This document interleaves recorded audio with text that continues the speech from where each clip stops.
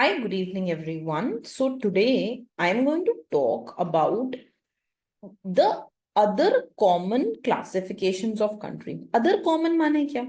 So we already know that one way to classify countries is through income. है ना?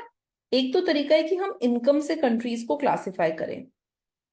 When we classify countries through income, we have low income country, low middle income country, है ना?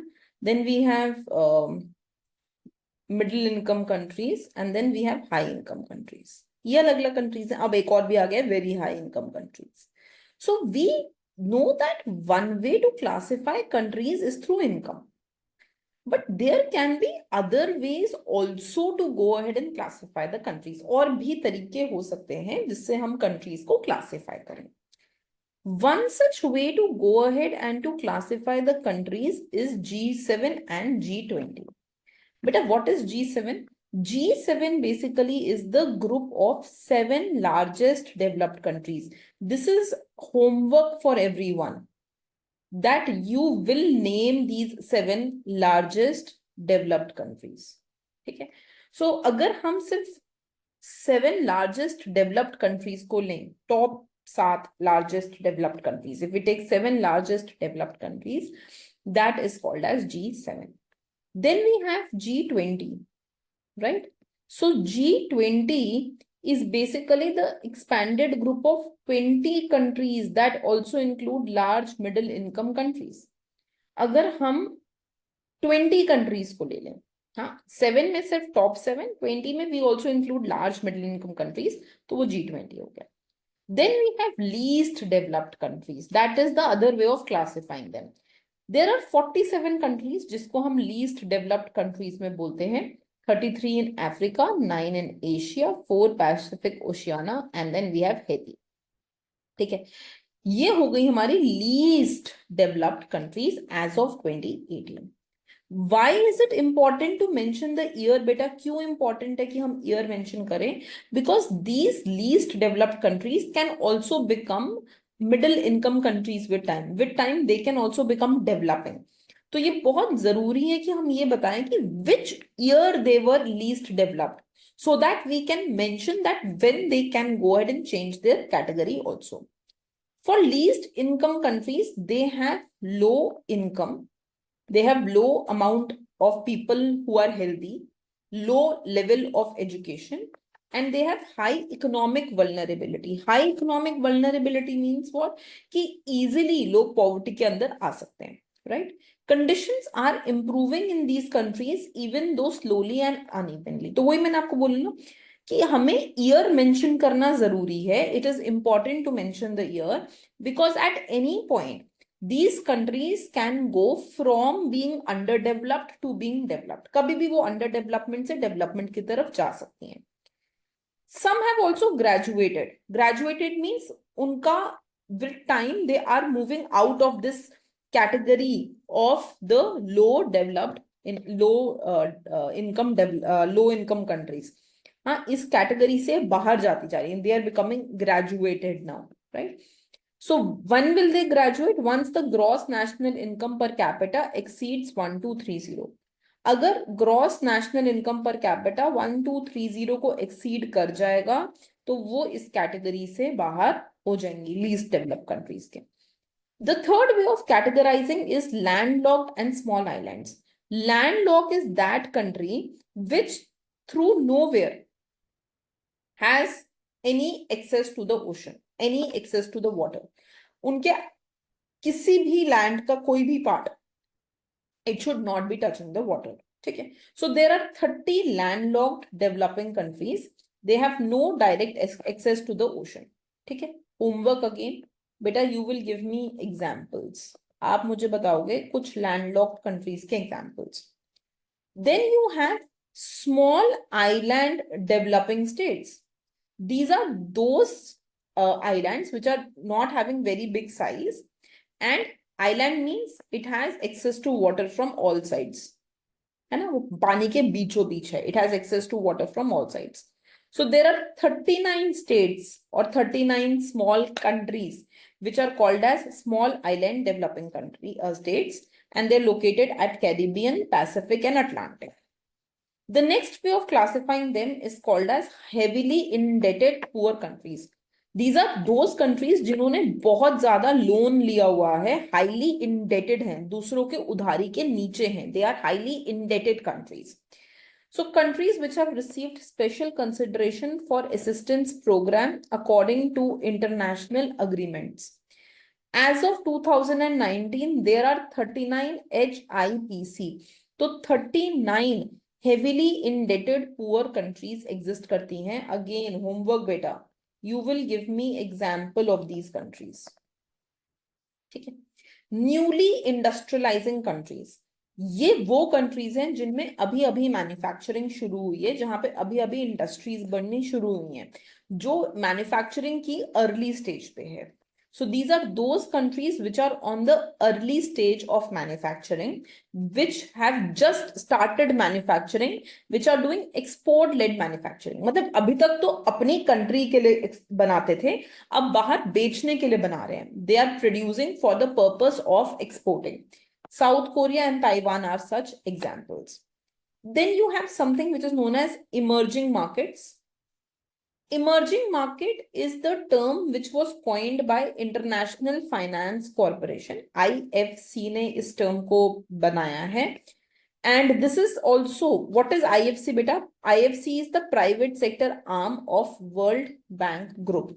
तो अगर हम World Bank का private sector जो संभालता है वो कौन है? It is IFC. It handles the private sector part of the World Bank. These emerging markets, they have some properties. इनकी कुछ properties हैं.